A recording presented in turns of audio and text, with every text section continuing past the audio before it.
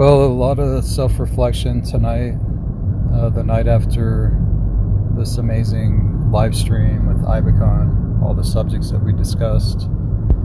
There's actually more that I wanted to expand on, other subjects. We were just talking today about it, how we've got to do like just regular routine check-ins and make this a ongoing like series. And he agrees, so we're going to check back like in spring, around March, that there's going to be more activations going on then, a lot more energy moving around. But just a lot of self-reflection tonight. Is also the night before starting this new job, which is going to change my schedule around. I'm still going to be working the rideshare, Uber, and Lyft at nights, and doing the day job. So I'll need to do that for probably about another month because of the pay cycle, paying every 2 weeks. So I've got to maintain income with rideshare. And we are getting some snow tonight. It is iced over down south in Security, Whitefield. It's dropping to the teens here overnight. It's definitely a big shift with this weather happening. So yeah, just a lot of self-reflection stuff. This is the next chapter. There's always kind of a evaluation type thing that happens before starting a new big job, and this feels like it's going to be a big one. Something I'm really interested in that could possibly lead into IT, which is what I really want to get back into, doing some certifications for that soon. So there's a lot of potential at this job, and the pay is really good. So looking forward to it, seeing how it's going to go tomorrow. 3-month training program. It's really exciting. It's kind of intimidating, like you don't know who you're going to be working with, and 30 people in the class, so there's a lot of kind of things going through my mind right now. But I wanted to make this recording. The first subject that I wanted to go into, and there was a couple of opportunities, and we just kept talking and expanding into other subjects, so I wasn't able to, was I wanted to ask Aigbekan about the trumpets and his experiences with that. And he left some audios earlier today, and I've got his approval to go ahead and share that in this audio, what he left. And the subject of the trumpets leading into the seed atom journey, which I've kind of put together yet another theory, which I think is, I mean, it's KS, it's Keylontic science. With science, you're constantly kind of testing things and doing theories, rolling it around, watching chemicals fizz and bubble and sometimes explode in your face if it doesn't work right. So I just want to emphasize it's a theory. I don't, there's no backing on this from any official word from Aisha or anything like that that's been mentioned, but I'm kind of putting some of the pieces together on it. And yeah, so there was a really interesting response to the trumpets this year by quite a few of us. I was on a thread. I made a post about it, like asking everybody's feedback on what they were getting energetically, what symptoms they had. And overwhelmingly positive response of people like saying, wow, I feel good. I don't feel anything negative. For the most part, that's what I was hearing. I know there were some people that were going through things also, felt some other type of shift. Wasn't so good. So it definitely wasn't everybody, but I felt, and I still do feel, like some kind of override or some frequency boost that came in riding alongside those trumpets. And here's my theory on this. I think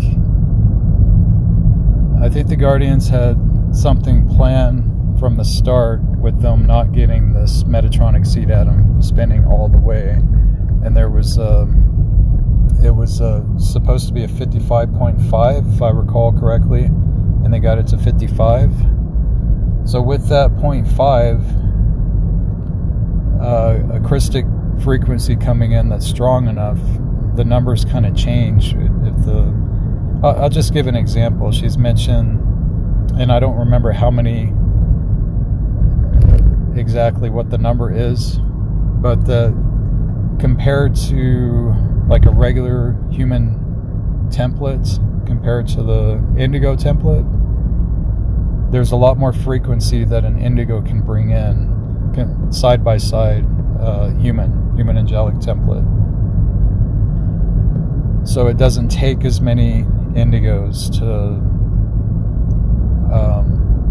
pull in the frequency as it would like human angelics. And I think that would work also with not so good frequency, that there wouldn't take as much. There would be more work that the FAs, fallen angelics, would need to do to kind of try to go up against Christic frequency, at least this kind of Christic frequency that's coming in right now. So I wanted to go into some of the dynamics of the seed atom journey and the importance of it. It's what I was talking with Aigbekan earlier. What I wanted to bring up was that they did get the Metatronic seed atom to spin. It's not at the full velocity, the full speed ratio or whatever that they needed it to get everything online. And I think that that's why these trumpets, this last set, it almost feels like one big huge chevron came in, because they were supposed to tether all the previous trumpets into the seventh one and kind of blast through their beast machine contraption that's linked with the moon and the Theocode and this black hole in between the moon and Earth and all kinds of Lord knows whatever else, that is covered in the Dance Force series extensively. What this beast machine was, like a harnessing mechanism from black hole system. And I don't feel that they were successful in it, and I think that this frequency override thing that came in with it was successful, and I think that it's linked to that 0.5, and that there was enough momentum with the seed atom, the Christic seed atom, the Krystar seed atom, because so many people have done that journey, and I believe like that's helping maintain that spin, that Christic spin, Christic seed atom at the Earth core.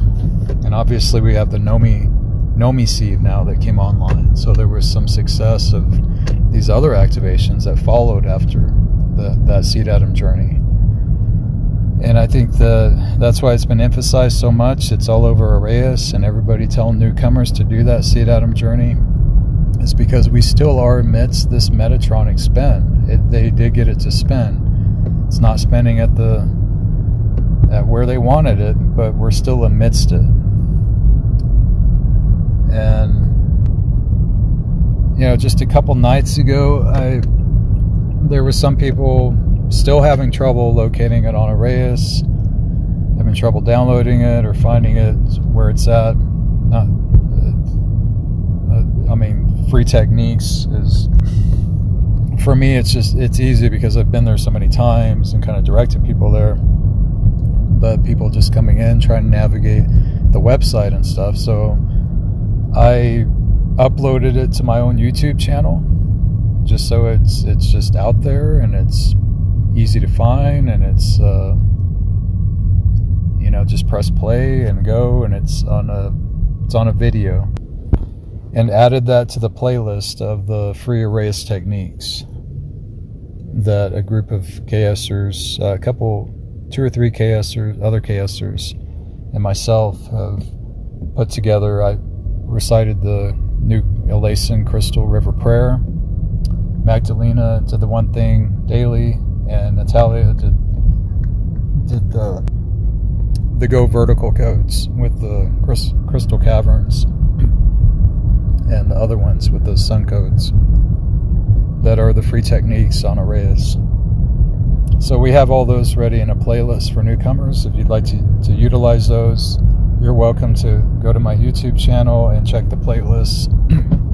There's also some older techniques, some really good ones that can be utilized also with the plasmas, the floating Buddhas, breathing from heart of Ephema, Carinatus seal. You can bring in plasmas with that. That's also the Epsilon and some other ones, prayers and songs and stuff. And speaking of like heart of Ephema and Carinatus, I mentioned in Aigbekan's interview that I've noticed that things are happening more like in real time with the frequency, and just breathing down to Nomi seed, breathing it up. It feels like the old days of the Mahart Shield. Whenever I would do it, it was just really like the capsule thing. I could feel the frequency around my biofield and felt very solid, like something is really anchored here with that level of frequency coming from Earth Core on the Krystic side, the Krystic essence of those activations. So I've been breathing, kind of pulling up the frequency into different points in the body also, like because the 8 breath, we were kind of braiding, intertwining these points of light body as well as plasma body. And I think that that's a really beneficial technique to do from KDDL 3. That 8 breath is that's an upgrade. And so I've been kind of playing around with that and breathing up to the Azure, breathing up to the heart of Ephema, just back and forth, and trying to, play with with my own technique and own breathing style from Nomi seed in different points, and it feels very effective to integrate light body and plasma body, internal and external, or external internal. So I thought I'd share that for what it's worth, and I'd like to go ahead and play Aigbekan's audios here. Alright, I'm gonna see if this is gonna pick up. It should. I'm gonna play it here. Man, great messages, and the major takeaways. I hope the audio is coming through. The major takeaways, the seed atom journey, that is so crucial, because that downloads an ineffable part of the eternal plasmic core of us, and the fact that so many people have been doing it. I mean, I've done it, so I only do the pertinent techniques, the techniques where my higher self is like, yo, you got to do this, and the seed atom was unequivocally one of them. So that has been such a foundational part of counteracting that Metatronic spin and that Metatronic seed that you just mentioned, because if that really were to turn on, we would be the first ones to really notice that. So I haven't noticed any type of negative shift in the shields, or even in my local domain. So I'm going to be definitely on the lookout for that. I would also add the fact that you should absolutely record a solo video via YouTube and post it in the groups to really emphasize the seed atom journey, like you were planning on, and you said through the messages. And the last point, yeah, our conversations are really like doing a journey. It's definitely coding. It's high. It's very high frequency. It's a frequency that you don't necessarily have to understand everything to actually feel it. And I do like that fact. And something is of a certain frequency when you don't necessarily have to understand every aspect of it to actually receive its benefits. So the Syrian coding is real. It's within us. And like I've mentioned before, on that level, we are definitely brethren. We're definitely on a similar timeline. So I'm looking forward to just continuing on and making sure that those of us that are holding or leading from the front are staying in line and staying on that path, keeping integrity, and moving forward with grace, humility, and a real sense of intention.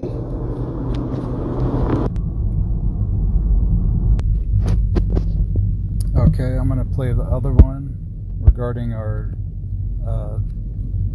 routine checkups and stuff in our talks. Also, we're going to have to reconvene, I would say, in March, April. That's going to be another frequency shift. I do feel that we're entering a new, not necessarily a whole new paradigm shift, but we're definitely entering a new phase within the upcoming months. And those of us that are energetically attuned can feel these things a little bit earlier. I would say December, January, February are going to be markedly interesting. So I'm going to be doing some KS stuff, particularly the Schismatic series. I'm going to be doing some energetic work, some spiritual work, and we're going to reconvene in the spring for our next podcast, and I'm looking forward to that.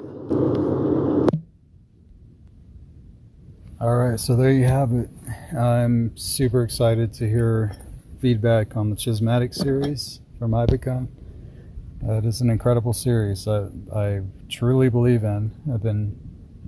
We just finished it in Newcomers and Skypod, and we did the entire series, moved into some of Shift Masters also that came right after Schismatic.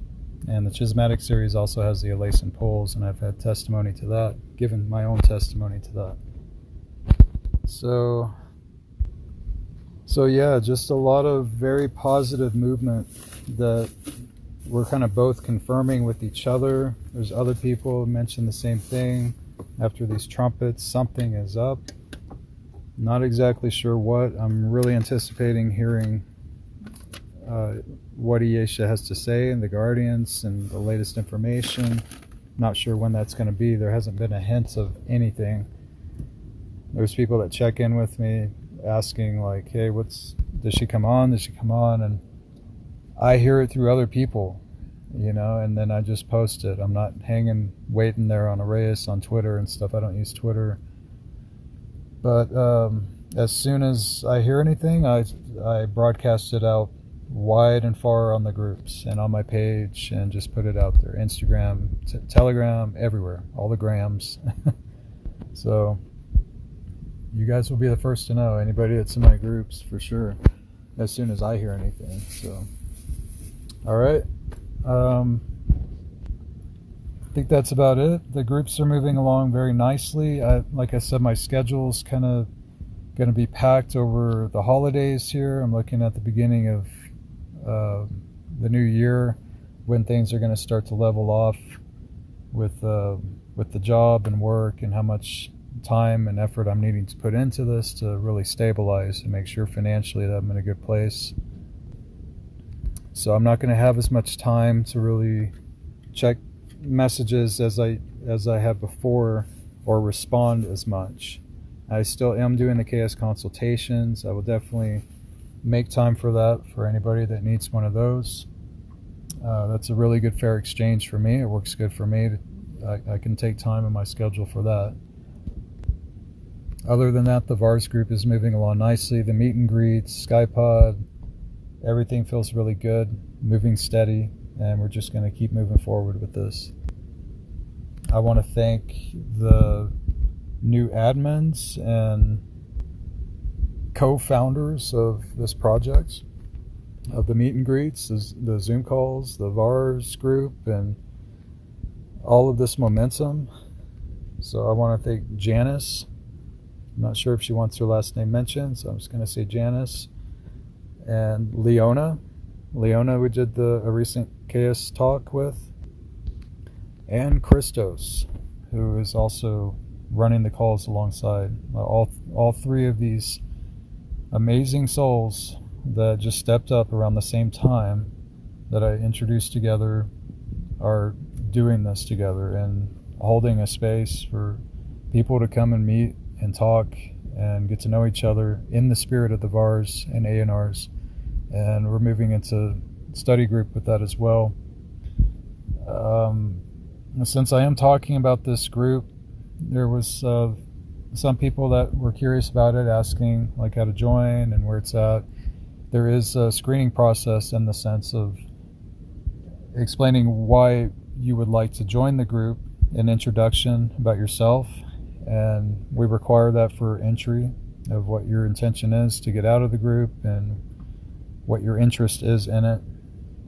And yeah, we're looking for really good participation also. So if there's not time, you don't really have time for it to dedicate towards this, then we ask that you come back when you do. So yeah, that's a really key thing that I've learned over the decade of running groups is there is stagnation and lack of participation, and relevance is very, very closely linked with frequency. Like if you and the focus with maintaining frequency in the group, like has to be relevance with the members. And so if it's not relevant for you at the time, you're not utilizing it, then we just ask for you to come back whenever it is, when you have space for it. All right. So I'm going to end it right there. Hope everyone's doing well. Probably won't hear from me in a little bit, in a while, until like the New Year's.